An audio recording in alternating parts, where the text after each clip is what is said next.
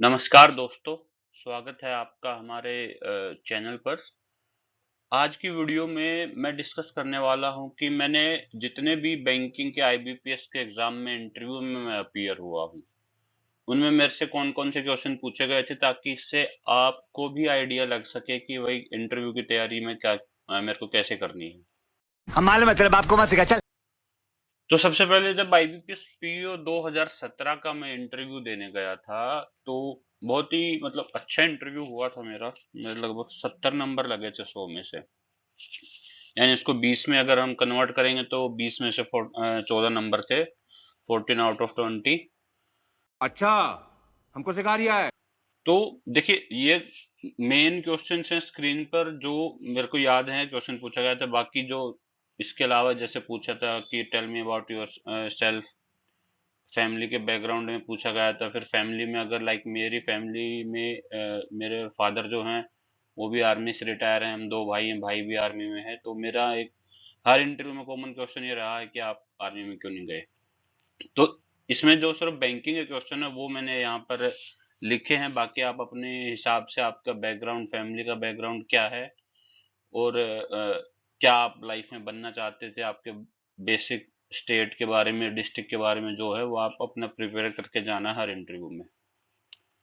तो सबसे पहले पूछा गया था भाई कि एक ये क्वेश्चन है कि आप पहले से, मैं आईसीआईसीआई बैंक में काम करता था मेरे को लगभग, हाँ मैंने 2017 में ही, जून 2017 में मैंने आईसीआईसीआई बैंक ज्वाइन कर लिया था एज ए पीओ।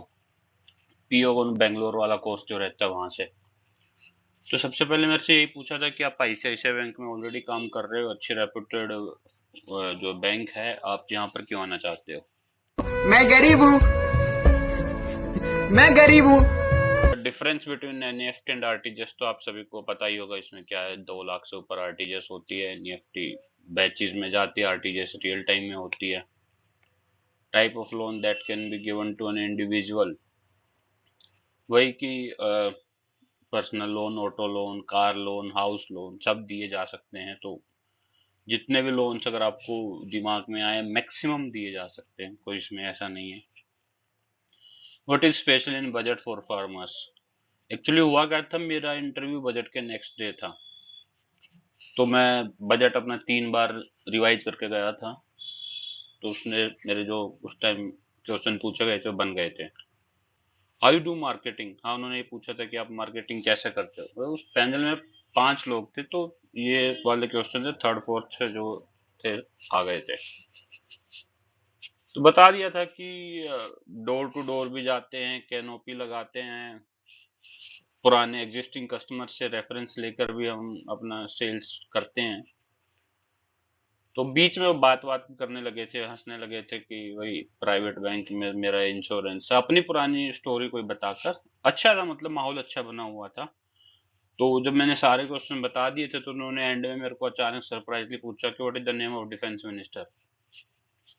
और फिर प्रेसिडेंट का ही पूछा था। तो जो भी था अच्छा था, बता दिया था। मेरे ख्याल से वो देख रहे थे कि किस तरह से अपन इसका नाम बताते हैं, मिस्टर मिसेज लगाते हैं या डायरेक्ट नेम बताते हैं। तो अच्छा इंटरव्यू था, मेरे 70 नंबर लगे थे इसमें। लेकिन मैं मेरिट लिस्ट में 1 नंबर से आउट हो गया था। 47 की कट ऑफ हुई थी, फाइनल 46 आए थे। तो उसके बाद नेक्स्ट ईयर वाला मेरा हुआ नहीं था, मेंस भी क्लियर। उसके बाद मैं जब दूसरे इंटरव्यू में बैठा था 2020 का वो था, तो वही उस समय तो बहुत ही बेकार मेरा इंटरव्यू गया था। मेरे से पूछा था कि व्हाट इज केसीसी, बता दिया था। लैंड डॉक्यूमेंट्स में आके उसने जब पूछा कि what are the land documents customer has to provide, मतलब क्या गिरदावरी, फर्द, ये जमाबंदी। अब मैं जो आंसर बता रहा था उससे वो मैच नहीं हो रहा था। तो हो सकता है वो खुश नहीं हुआ इंटरव्यू पैनल जो था मेरे आंसर से। तो एक दो क्वेश्चन और पूछा और उन्होंने फिर मेरा जो है ओके कर दिया था। स्केल ऑफ फाइनेंस क्या होता है, जो केसीसी में डीएलटीसी एक कमेटी होती है वो बनाती है स्टेट वाइज, डिस्ट्रिक्ट वाइज। बताया तो था, पता नहीं उनको क्या सुनना था। तो ठीक है, बस एक दो पूछ के कि आप बैंक में क्यों आना चाहते जब ऑलरेडी एक प्राइवेट अच्छे बैंक में काम कर रहे, तो वही कॉमन क्वेश्चन। इसमें मेरे लगे थे 60, 55 या 60 आए थे, हाँ अब याद नहीं। 55 या 60 इसमें मेरे को मार्क्स मिले थे। तो साला ये दुख का खत्म नहीं होता बे। उसके बाद स्केल 2 का मैंने जो फर्स्ट इंटरव्यू दिया था, तो एक तो हुआ क्या था ना, सबसे लास्ट सेकंड लास्ट मेरा इंटरव्यू था, शाम के 7 बजने को थे शायद उस टाइम। तो शायद पैनल भी जल्दी जल्दी में था, एक एक दो दो क्वेश्चन पूछ रहा था और अपना ओके फाइनल कर रहा था। तो उस टाइम फार्मर प्रोटेस्ट चली हुई थी, तो सबसे हॉट टॉपिक उस टाइम यही था कि वो 3 फार्म एक्ट्स कौन से हैं जिन पे प्रोटेस्ट हो रहा है, और आप किन की तरफ हो, गवर्नमेंट की तरफ या फार्मर। अब इसका आंसर मेरे को आज भी नहीं पता कि इंटरव्यू के हिसाब से क्या बोलना चाहिए, भाई हम अपना पॉइंट रखें या क्या था। मैंने तो फार्मर की साइड बोला था। गजब बेइज्जती है। अच्छा, एक एक आप ब्रांच बैंकिंग में हो तो आपके लिए एक अच्छा क्वेश्चन है, अगर आप मतलब एक्सपीरियंस कहीं जाते हो, कि भाई फेक करेंसी को कैसे हैंडल करते हो। पहली बात तो ये है कि कस्टमर को लौटानी नहीं किसी भी हालत में। एक है, दो है, इम्पाउंड वाली सील लगा के एक वो रखनी होती है, एफआईआर करनी होती है, रजिस्टर होते हैं उसमें एंट्री करनी होती है। DA 1 2 3 शायद रजिस्टर रहते हैं, अभी मेरे को एक बार क्रॉस चेक कर लेना आप लोग, अगर आप हो अभी कहीं पे, तो उसमें उनका रिकॉर्ड मेंटेन रखना रहता है। How you check gold while doing gold loan. तो दो टेस्ट होते हैं, एक एसिड टेस्ट होता है, वो एसिड डाल दो, एसिड ऐसा होता है कि वो दुनिया में हर मेटल से रिएक्ट करेगा एक्सेप्ट गोल्ड। अगर उस पर रिएक्शन हुई तो मतलब वो गोल्ड नहीं है। और एक पत्थर वाला होता है, हम तो उसको कसौटी बोलते थे, कसौटी टेस्ट। फिर ये वही आरआरबी में क्यों आना चाहते हो आप, ये कि सोसाइटी में रिस्पेक्ट है, अच्छा पैकेज है, अभी मैं जिस पैकेज पे काम कर रहा हूँ उससे लगभग डबल पैकेज है, सारी फैसिलिटीज हैं, और मेरे को आरआरबी में रहते हुए बैकवर्ड जो कैटेगरी रहती है उनके लिए काम करने का मौका मिलेगा। ये आंसर मैंने इसका देता था मैं जब भी मेरे से कोई पूछता था। इसमें भी मेरा स्टैंडर्ड ही था, लगभग 55-60 के आसपास मेरे को नंबर मिले थे इस इंटरव्यू में। तो आप क्वेश्चन देख सकते हो कि भाई एक तो जो करंट टॉपिक है उसमें से उठा लिया, 3 फार्म एक्ट्स में से उठा लिया। आप जहाँ काम करते हो उस टाइम में गोल्ड लोन में एसएम था। हाँ, एसएम मान लीजिए गोल्ड लोन में, तो ऑब्वियसली वो गोल्ड लोन से पूछना ही था। और क्योंकि मैंने पहले जो है ब्रांच बैंकिंग में भी काम कर रखा था, तो मैं जब भी बताता रहा हूँ तो वो फेक करेंसी के बारे में या मेनली ब्रांच ऑपरेशन से फेक करेंसी का ही पूछते हैं, और गोल्ड लोन से कि चेक कैसे करते हो, और एक अप्रेजर के बारे में पूछते हैं। तो इस वाले में भी सिलेक्शन नहीं हुआ था। बेटा तुमसे ना हो पाएगा। तो एसबीआई सीबीओ का मैं 2020 में जो फर्स्ट वैकेंसी निकली थी एसबीआई सीबीओ की, उसमें अपीयर हुआ था। रिटर्न में अच्छे खासा था, बट अनफॉर्चुनेटली उस टाइम रिटर्न सिर्फ क्वालिफाइंग था, तो उसके नंबर ही नहीं जुड़े थे। और जयपुर में इंटरव्यू था, अच्छा इंटरव्यू गया था मेरा। उस टाइम मैं जब इंटरव्यू देने गया था तो एचडीएफसी में करंट अकाउंट रिलेशनशिप मैनेजर की पोस्ट पर था मैं। तो जब बताया उनको कि मैं एचडीएफसी में अभी करंट अकाउंट रिलेशनशिप मैनेजर हूँ, तो उन्होंने सीधा यही पूछा सबसे पहले कि भाई आप करंट अकाउंट किन किन कस्टमरों को दे सकते हो, कौन कौन खुलवा सकता है, और क्या क्या डॉक्यूमेंट चाहिए। तो इंडिविजुअल है, प्रोफेशनल है, प्रोप्राइटरशिप हो गया, partnership, private limited, LLP, private limited company, ये सब इनका आप करंट अकाउंट ओपन कर सकते हो। और बेसिक डॉक्यूमेंट्स पूछे थे कि क्या क्या डॉक्यूमेंट लगेंगे अगर एक कंपनी का अकाउंट खुलवाना है तो बता दिया था, MOA, AOA, article of association, certificate of incorporation, board resolution, KYC of beneficial owner या पार्टनर हैं, डायरेक्टर हैं, जो भी हैं उनके डॉक्यूमेंट लगेंगे। फिर एक ने पूछा था साइड से कि what is KCC subvention scheme. तो जो आरबीआई की स्कीम केसीसी सबवेंशन स्कीम रहती है, जिसमें 3 लाख तक के लोन में अभी इसकी लिमिट बढ़ा के 5 लाख कर दी गई है आज की डेट में। पहले 3 लाख की लिमिट होती थी, और उसमें जो 7% का इंटरेस्ट रहता है उसमें भी 3% जो है कस्टमर को सबवेंशन के तौर पर वापस क्रेडिट हो जाता है। फिर एक ब्रांच बैंकिंग वाला कॉमन क्वेश्चन है कि how to handle fake currency, कि आप फेक करेंसी को कैसे हैंडल करते हो, वही सेम क्वेश्चन। फिर था कि हाँ, इसमें था गोल्ड लोन से रिलेटेड, लेकिन अलग पूछ रहे थे कि आप डिपॉजिट कितना लेते हो गोल्ड लोन, जब अप्रेजर उसको बनाते हो सिक्योरिटी पे क्या लेते हो? तो था कि सर हम 1 लाख रुपए तक की एफडी हम लेते हैं, उससे डिपॉजिट करवाते हैं जिसपे लीन मार्क रहता है एज ए सिक्योरिटी। तो फिर वो बोले कि आप 1 लाख की एफडी रखवा के उससे आप 10 लाख के 15 लाख के गोल्ड लोन कैसे अप्रेज कर देते हो उसके भरोसे। तो ये थोड़ा डिस्कशन का पार्ट बनना होता है अपने को, मेरे हिसाब से, कि जो मेरा वहां पे क्रॉस आंसर था कि सर देखिए उसका वेरिफिकेशन भी होता है, दुकान के भी वेरिफिकेशन होता है, वो काम कर रहा है कि नहीं कर रहा है गोल्ड लोन उसका आज के टाइम में, ज्वेलरी का कितना उसका सिबिल है क्या है, सब चीज वेरिफिकेशन होने के बाद ही ये एफडी रखवाने की बात होती है, और उसके बाद उसे जो है आगे कॉन्ट्रैक्ट एज पर कॉन्ट्रैक्ट उससे काम लिया जाता है। फिर तब से पूछा कि मार्केटिंग क्यों इम्पोर्टेंट है। ये मेरे लिए बहुत नया क्वेश्चन था, अभी कभी किसी ने पिछले 3-4 इंटरव्यू में पूछा नहीं था, लेकिन उस टाइम अच्छा दिमाग चला था तो एकदम स्ट्राइक कर गया था। मतलब मैंने जो बोला था कि सर अगर हम मार्केटिंग नहीं करेंगे तो जो दूसरी ऑर्गेनाइजेशन दूसरी कंपनी है वो मार्केटिंग करके अपने प्रोडक्ट को जो कस्टमर को बता देगी, और हम बता ही नहीं पाएंगे कस्टमर को कि हमारे पास क्या क्या है। अगर उसको एक चीज चाहिए लेकिन हम उसे दूसरी चीज दिखाएंगे नहीं, बताएंगे नहीं, तो हम तब तक उसको पता नहीं चलेगा, और हो सकता है कि उसी चीज का फायदा उठा के दूसरी कंपनी हमारे कस्टमर को ले जाए। फिर यहाँ तक सब अच्छा चला था, भाई सारे आंसर बता दिए थे, बहुत मतलब पैनल पॉजिटिव मोड में था और मैं भी कॉन्फिडेंट हो गया था इनफ। लेकिन तभी एक क्वेश्चन पूछा कि भाई कौन से बैंक की हाईएस्ट नंबर ऑफ ब्रांचेज हैं बाहर विदेश में, दूसरे देशों में। तो यहाँ मैं कंफ्यूज हो गया, शायद मैंने पहले कभी बैंक ऑफ बड़ौदा पढ़ा था, तो मैंने पहले बैंक ऑफ बड़ौदा बोला भी, फिर मैं बोला sorry sir I am not sure, हो सकता है एसबीआई में, ऐसे कंफ्यूज हो गया था। फिर उन्होंने बैंक मर्जर से पूछा कि इलाहाबाद बैंक कैसे था, कौन से बैंक में मर्ज हुआ है, तो वो भी नहीं मेरे को याद आया।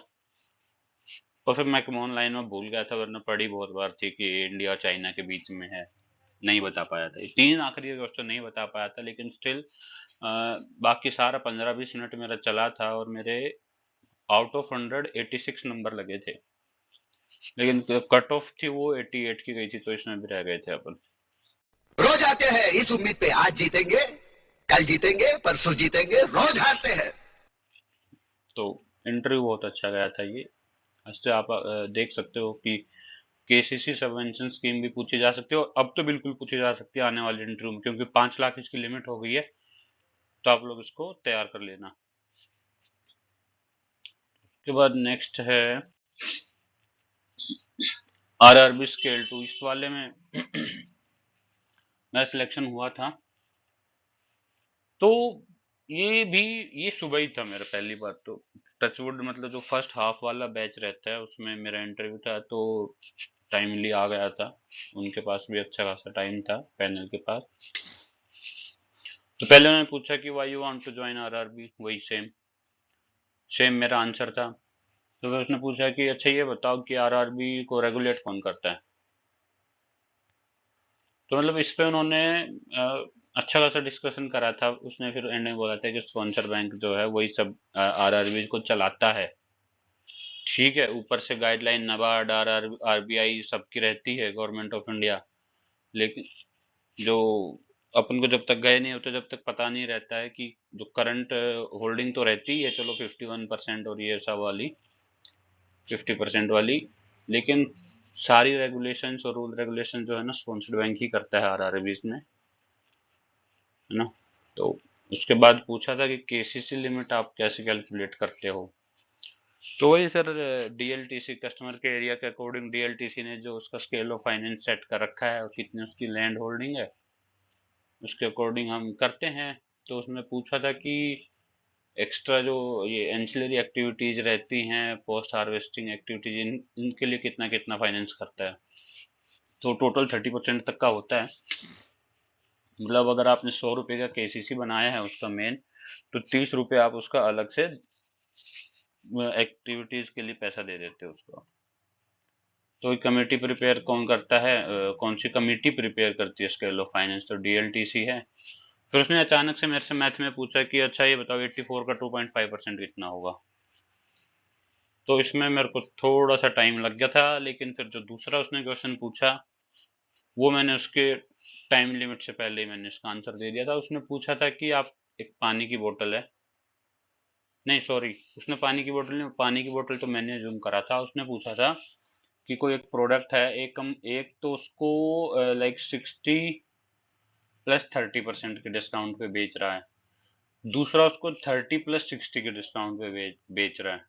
मेरे को ये अभी वो एग्जैक्ट उसने 70-30 था या जो भी था वो याद नहीं है, मतलब 60 + 30 कर लो आप, 30 + 60 दो अलग अलग ऐसे बेच रहे हैं, तो कौन सा सस्ते बेच रहा है।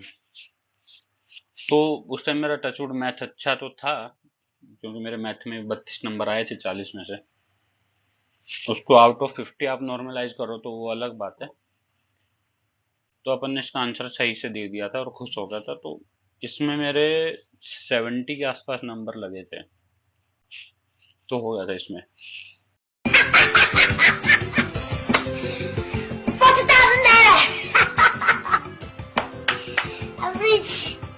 ये मैंने लास्ट अभी जो रिसेंट स्केल 3 का दिया था, इंदौर में मेरा इंटरव्यू हुआ था, याद है मेरे को एक एक चीज का, तो क्योंकि अभी बहुत लेटेस्ट है ये। तो मैं अभी जैसे आरआरबी के एनपीए डिपार्टमेंट, रिकवरी डिपार्टमेंट ही देख रहा हूँ। तो पहले तो उन्होंने मेरे से डिपार्टमेंट से पूछना स्टार्ट करा कि आप एनपीए कम कैसे करते हो। तो हमने बताया कि मैम देखिए, पहले तो हम अकाउंट को एनपीए होने से ही बचाने की पूरी कोशिश करते हैं, कस्टमर से मिलते हैं, विजिट करते हैं, उसको समझाते हैं उसके इफेक्ट्स क्या होंगे, नेगेटिव इफेक्ट क्या क्या होंगे आपके फ्यूचर को लेके। और फिर भी अगर चला जाता है और कस्टमर को सच में कोई जेन्युइन प्रॉब्लम है तो हम उससे कंप्रोमाइज की बात करते हैं लास्ट में, अकॉर्डिंग टू उसका एसेट क्लासिफिकेशन, की वो एसेट को 21 में है, 31 में है, 2 में है, 3 में है या 40 में है। एनपीए तो तुम राइट ऑफ करके भी कम कर सकते हो, फिर वहां से इतना सब करने की क्या जरूरत है। मैंने बता दिया था कि पहली बात तो राइट ऑफ करने से बैलेंस शीट में आपका एडवांस का फिगर भी कम हो जाता है। तो वो हंसने लगे थे। और फिर दूसरा कि वो हेड ऑफिस से होता है मैडम, हमारे यहाँ से नहीं होता।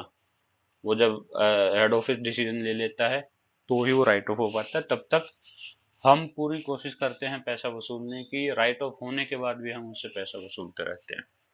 तो वो खुश हो गए थे। तो वो फिर सेकंड मेंबर ने पूछा कि अच्छा यार, एनपीए में तो रहे हो तुम, लेकिन लोन वगैरह देने तो आते नहीं, क्रेडिट।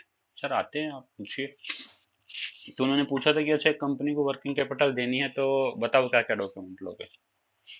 तो मेरा आंसर यही था कि चलिए सर, प्राइवेट लिमिटेड कंपनी हम एज्यूम कर लेते हैं। तो उसके अकॉर्डिंग मैंने वही जो मैं पिछले इंटरव्यू में आपने बताया कि ये डॉक्यूमेंट रहते हैं, memorandum of association, article of association, certificate of incorporation, board resolution, list of beneficial owner, ये सारा, फिर कंपनी की previous year balance sheet, projected balance sheet.